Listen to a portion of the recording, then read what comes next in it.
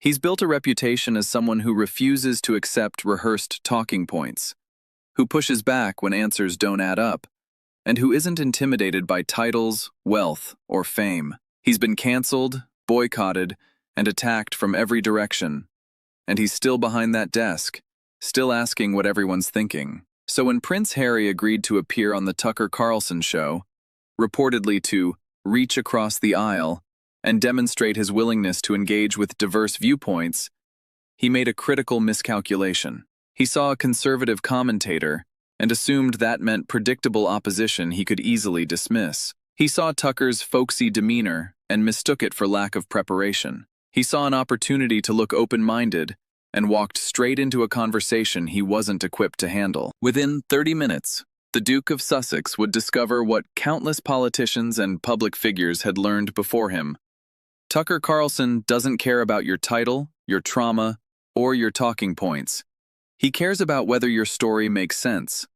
And when it doesn't, he says so, with a smile that makes the devastation even worse. Before we dive into this explosive confrontation, make sure you hit subscribe and smash that like button. Now, let's get into what really happened in that studio. The Tucker Carlson show studio was deliberately simple. A wooden table, 2 chairs, minimal production value that focused attention entirely on the conversation. No elaborate sets, no live audience, just 2 men talking across a table with cameras capturing every expression. Tucker sat in his usual position, reviewing notes with that characteristic expression of bemused skepticism that had become his trademark. His team had warned him that Harry's people had sent extensive restrictions, topics to avoid, questions deemed inappropriate, subjects that might trigger the prince. Tucker had read none of it. He never did. The door opened, and Prince Harry entered with an entourage that seemed excessive for a podcast. Handlers, a publicist, someone who appeared to be a narrative consultant. Tucker watched them fuss over Harry's positioning, his water glass, the angle of the lighting. "We good?" Tucker asked finally as the handlers reluctantly retreated. Harry settled into his chair, crossing his legs with deliberate casualness. "We're good." "Great. So before we start, this is pretty straightforward. We talk. I ask questions. You answer. Goes wherever it goes. Sound okay?" Harry's expression carried a subtle condescension. "Within reason," Tucker repeated, his smile widening slightly. "What does that mean?" "It means there are some topics I'd prefer to avoid. Personal family matters, speculation about my marriage, things that aren't relevant to why I'm here." Tucker nodded slowly. "And why are you here?" "To have a genuine conversation. To show I can engage with different perspectives." Different perspectives meaning conservative perspectives? Meaning any perspective outside my usual bubble. Tucker's smile became something closer to a grin.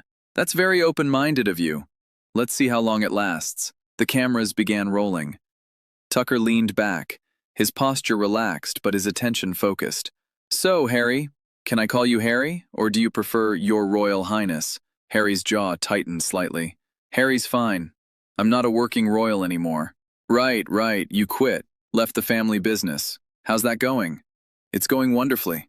I'm thriving." Thriving. That word comes up a lot with you. It's almost like a brand. It's not a brand. It's the truth. But help me understand something. You left the royal family because, and I'm using your words here, it was suffocating, restrictive, traumatic, and now you're thriving. But you also seem very angry. You've written a book about how terrible it was. You've done documentaries. You're here presumably to talk about it more. That doesn't seem like moving on behavior. That seems like still really upset behavior. Harry's expression hardened. Processing trauma publicly helps others who've been through similar things. Or does it keep the wound open? I'm genuinely asking, at what point does sharing become dwelling? I don't dwell. You've been talking about how terrible your family is for 4 years straight. The book, the interviews, the documentary. That's not closure. That's a cottage industry. Harry's voice sharpened. I'm controlling my own narrative by constantly revisiting the same grievances. That's not control. That's obsession with a new marketing strategy. The tension was building already. Tucker remained relaxed, almost amused, while Harry's body language became increasingly defensive. "Let's talk about something current," Tucker said. "The Netflix situation. Some of your projects got canceled recently. What happened?" Harry's expression flickered. "Projects evolve. That's entertainment. Evolve is a nice word for canceled. The animated series was canceled. Documentary concepts were dropped. That's not evolution. That's rejection. You don't understand how the industry works. I've been in media for 30 years. I understand exactly how it works. When projects get canceled, it means someone decided they weren't worth making. What made yours not worth making? That's a mischaracterization. It's a question. You signed a reportedly $100 million deal. The output has been limited. People are curious what happened to the rest of that money." Harry leaned forward aggressively. "I don't discuss financial matters publicly. You discussed your family's finances extensively in your book. You revealed how much Charles gives you, complained about being cut off. Why are Netflix finances off limits when family finances weren't?" Harry had no immediate answer. Tucker waited, his expression patient. "That's different." "Is it? Both involve money. Both involve agreements and expectations. You were happy to discuss financial arrangements when it made your family look bad. You're not willing to discuss them when they might make you look bad. That's not principle. That's convenience." Tucker shifted topics, his approach methodical. "Let's talk about the Met Gala. Big fashion event. Very Hollywood. You and Meghan weren't invited this year. What happened?" Harry's composure cracked slightly. "We weren't on the list. That's unusual, isn't it? You're a duke. Meghan's a duchess. You're both very fashionable, apparently. Not being invited seems like a statement. Guest lists change. It's not significant. It seems significant. The Met Gala invites pretty much every major celebrity. Anna Wintour personally curates the list. Being excluded suggests she specifically chose not to include you. Any idea why?" "I don't speculate about Anna Wintour's decisions." Tucker smiled. "You speculate extensively about your family's decisions. Why is Anna Wintour sacred but King Charles isn't?" "That's completely different." "How?" "Both are powerful people making decisions about whether to include you in things. You've built your entire public narrative around analyzing and criticizing one set of exclusions. Why not this one?" Harry's face reddened. "Because one involves systemic racism and institutional cruelty. The other is a party invitation. But both suggest that maybe you're not as embraced as you thought you'd be. The Met Gala, the Netflix cancellations, the Spotify situation. There's a pattern of doors closing. At what point do you acknowledge that maybe the problem isn't everyone else?" "There is no pattern. There's observable evidence. I'm just asking you to explain it." Tucker took a sip of water, his expression thoughtful. "Let's talk about Meghan. How's she doing?" The shift in Harry's demeanor was immediate. Walls going up, expression closing off. "I'd prefer not to discuss my wife." Tucker's eyebrows rose. "Why not? She's your partner in everything. The foundation, the media company, the whole Sussex brand. How can we discuss your life without discussing her? By focusing on me. That's what I'm here for. But you're not really a solo act, are you? Everything you've done since leaving the UK has been joint. The Netflix deal, the Spotify podcast, the Oprah interview, all of it was Harry and Meghan. When did you become separate? We're not separate. We're partners. But I can speak for myself. Can you? Because most of your public statements involve her. Most of your grievances involve how she was treated. She's central to your narrative. Making her off limits removes most of what you've actually talked about." Harry's jaw flexed. "There are rumors I'd like to address, since you're bringing her up." "Which rumors?" "The divorce rumors. The separation speculation. They're completely false. We're stronger than ever." Tucker nodded slowly. "Interesting. I asked how she was doing. You heard divorce. Why did your mind go there?" Harry stiffened. "Because that's what the tabloids are obsessing over." "I'm not a tabloid. I asked a simple question. You immediately defended against divorce accusations I never made. That's a strong association. It's a protective response. It's a revealing response. When someone asks about your wife and you jump straight to, "We're not getting divorced," it suggests divorce is on your mind more than you're admitting. It's not on my mind. Then why was it your first thought?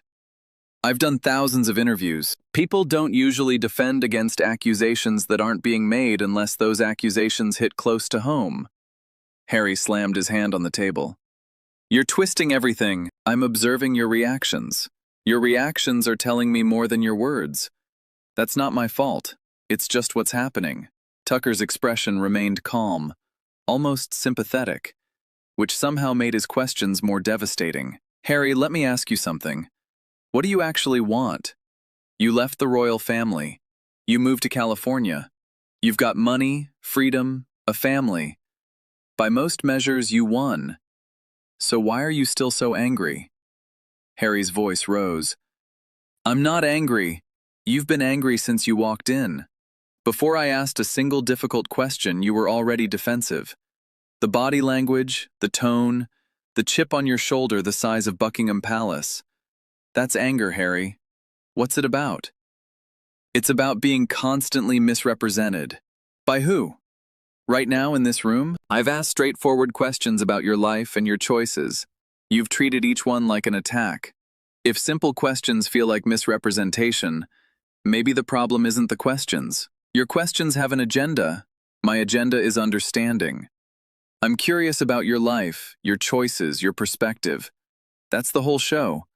But you've been hostile since you sat down, and I haven't figured out why. Harry stood up slightly, then sat back down. Maybe because I know what you're going to say about me after I leave. You don't know anything about what I'm going to say. You've assumed. You've walked in here with a story already written about how this would go, and now you're living that story instead of having an actual conversation. That's not true. It's demonstrably true. You've been defensive about things I haven't attacked. You've protected against accusations I haven't made. You've treated every question as hostile, when most of them have been genuinely curious. That's a man living inside his own narrative, not responding to what's actually happening. Harry grabbed his water glass, took a long drink, then set it down with more force than necessary. This isn't going how I expected. Tucker smiled. How did you expect it to go? I expected tough questions. I was prepared for that. These aren't tough questions, Harry. How are you? How's your wife? What happened with Netflix? These are softballs. The toughest thing I've done is notice your reactions. If that's too much, you weren't prepared for anything. You're deliberately provoking me. I'm deliberately observing you. There's a difference. And what I observe is someone who came here to demonstrate openness, but can't actually be open. Someone who wanted to look brave by facing a hostile interviewer, but can't handle basic curiosity. You are hostile. Am I? I've been friendly. I've smiled. I've given you every opportunity to share your perspective. You've turned each opportunity into a confrontation.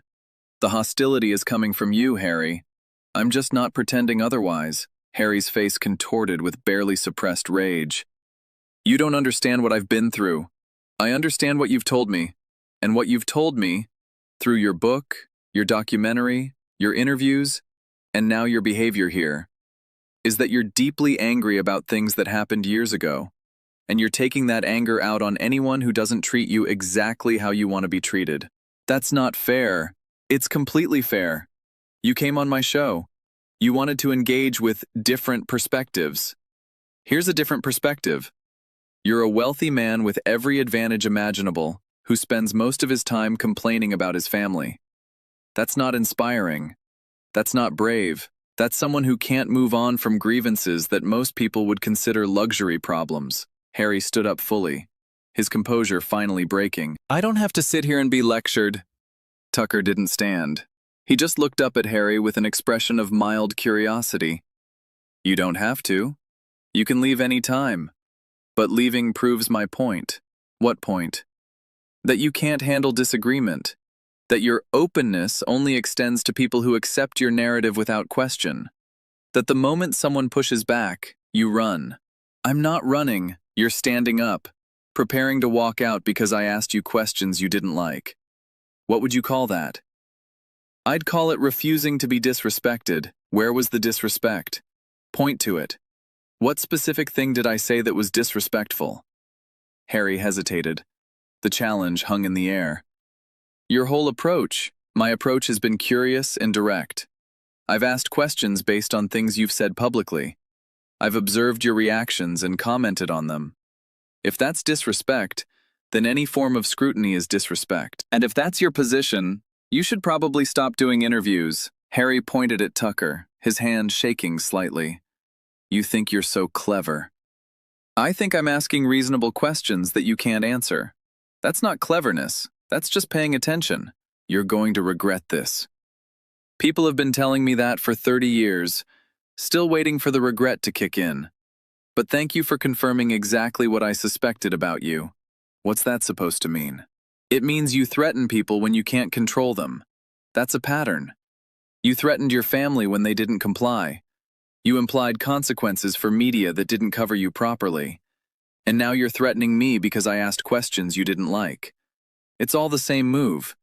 Power through intimidation when persuasion fails. Harry grabbed his jacket from the back of his chair. This interview is over. It was over before it started. You came here with walls already built, ready to be offended by whatever happened. I just didn't cooperate with your expectations. My expectations were for basic fairness. You received it.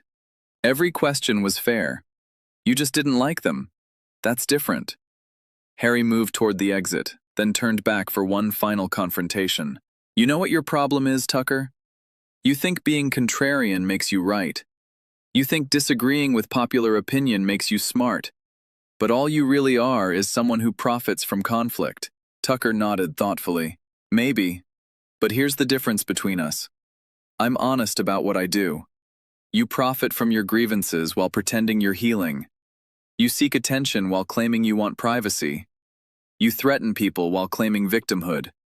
I'm just a guy asking questions. You're the one performing multiple contradictions at once. I'm not performing anything. You've been performing since you walked in. The aggrieved prince act. The I'm just here for honest dialogue opening. The carefully calibrated outrage when things didn't go your way. It's a show, Harry. And it's not a very good one because I've seen it before. Every politician, every celebrity, everyone who wants sympathy without scrutiny does exactly what you've done today. Harry stared at Tucker for a long moment. Something flickered behind his eyes. Maybe recognition. Maybe just more anger. Goodbye, Tucker. Goodbye, Harry. Thanks for proving every point I would have made about you. Harry turned and walked out. The door closed behind him with a decisive click. Tucker sat alone at the table for a moment, then turned to face the camera. Well, that was interesting. He shrugged. I don't usually have guests walk out. It happens, but not often. Usually people at least try to finish the conversation. He leaned back in his chair. Here's what I noticed. He came in defensive. Before I asked anything remotely challenging, he was already braced for attack. That's a man who's been told he's under siege and believes it, regardless of what's actually happening. I asked how he was doing, basic stuff. And he was already treating me like an enemy. Tucker smiled slightly. The thing about interviews is they reveal character. Not through the answers, those are usually rehearsed. Through the reactions, and his reactions told me everything. When I asked about Netflix, he got defensive instead of just explaining. When I asked about his wife, he jumped straight to divorce denials I hadn't asked for. When I noted patterns he didn't like, he threatened me. He looked directly into the camera. That's not a man at peace. That's not someone who's thriving. That's someone still fighting battles that ended years ago, and who's turned the fighting itself into an identity. I feel sorry for him, honestly. He has every advantage in the world, and can't enjoy any of them, because he's too busy being angry about the past. Tucker shrugged again. He's welcome back any time. Maybe once he's actually processed whatever he's going through instead of just performing it. But I doubt that'll happen. Some people need their grievances too much to let them go. The interview lasted 27 minutes before Harry walked out. Its impact would last considerably longer. Tucker Carlson continued doing what he'd always done, asking the questions that powerful people didn't want to answer, noticing the contradictions that everyone else was too polite to mention. Prince Harry returned to Montecito, to his foundation work, to his ongoing media strategy. But the footage followed him. Another interview that went wrong. Another host who didn't understand. Another exit that confirmed exactly what critics had been saying. Some conversations reveal connection. Others reveal character. And some characters, when examined closely, turn out to be exactly what the critics suspected. Not victims, but performers. Not seekers of peace, but collectors of grievance, Tucker had asked. Harry had revealed. And the cameras had captured everything. What do you think? Was Tucker too direct, or did Harry deserve every question? Who would you want to see on Tucker's show next? Drop your thoughts in the comments below. If you enjoyed this story, don't forget to like this video to help it reach